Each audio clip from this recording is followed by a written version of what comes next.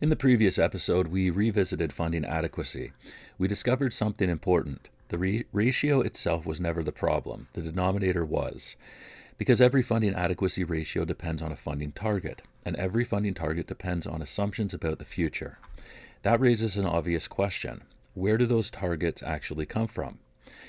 Are they guesses, rules of thumb, internet recommendations, financial planning cliches?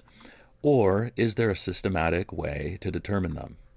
In this video, we begin answering that question, because every funded target ultimately comes from the same place, a future obligation. Most people approach financial planning backwards.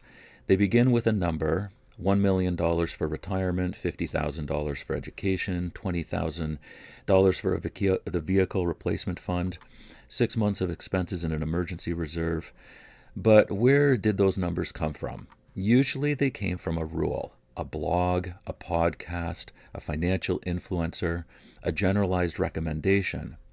And while those recommendations may provide useful starting points, they have a fundamental weakness.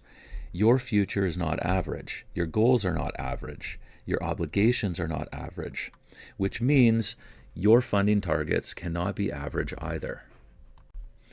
This is the most important idea in this episode.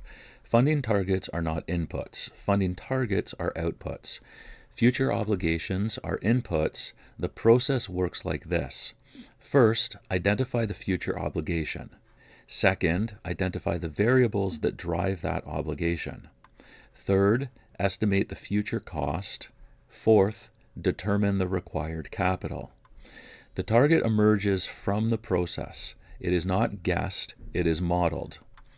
In its simplest form, a funding target is equal to some function of future obligation drivers. Every bucket in our funding adequacy framework works this way. Let's begin with retirement. People often ask, how much money do I need to retire? But that question assumes there is a universal answer. There isn't. Retirement funding depends on a collection of variables.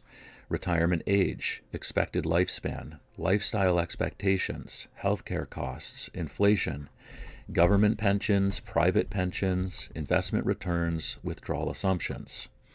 We can summarize this relationship as retirement funding target equals a function of retirement age, expected lifespan, lifestyle expectations, healthcare costs, inflation, government pensions, private pensions, investment returns, and withdrawal assumptions. The important insight is not the formula itself. The important insight is that retirement funding is not a number. It is the output of a model. Change the inputs, change the target. Education funding works exactly the same way. There's no universal education target. Instead, the education funding target equals a function of student age, years until enrollment, program cost, program length, inflation rate, housing costs, scholarships, and family contributions. A local college diploma produces one target.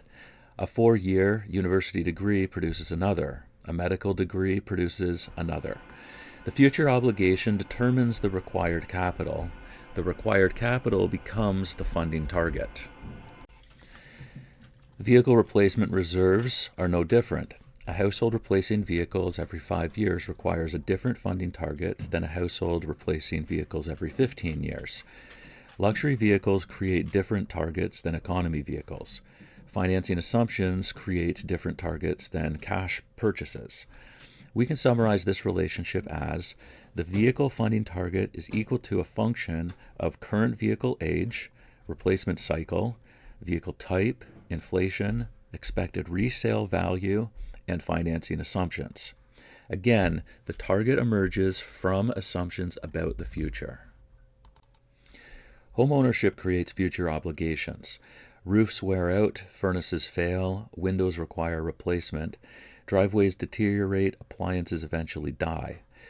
The question is not whether these events will occur, the question is when, which means home maintenance targets equal a function of the home value, the asset age, replacement cycles, inflation, property characteristics, and risk tolerance. Again, the target is determined by the obligation. Even optionality can be modeled. The amount of capital required to pursue future opportunities depends on the nature of those opportunities. Starting a business requires capital. Relocating may require capital. Career transitions require capital. Additional education may require capital, which means opportunity fund target is equal to a function of future goals, career plans, entrepreneurial ambitions, geographic flexibility, and risk tolerance. The more ambitious the future, the larger the reserve often becomes. Now we can summarize the entire episode with a single idea.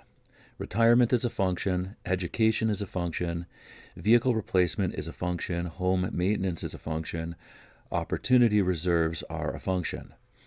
So every funding target can be summarized as the funding target equals a function of a future obligation driver. This becomes one of the foundational concepts of Season 4, because once we understand the drivers, we can begin estimating the future obligation. Once we can estimate the future obligation, we can calculate the required funding. And once we calculate the required funding, we can evaluate funding adequacy properly. In this video, we establish a foundational principle. Funding targets do not come from rules of thumb. Funding targets do not come from internet averages. Funding targets do not come from generic recommendations. Funding targets come from future obligations, and future obligations are driven by variables. Those variables create the target. The target creates the denominator. The denominator creates the funding adequacy ratio. In the next episode, we take the next step. We build a complete framework for identifying and organizing future obligations. Because before the future can be funded, it must be understood.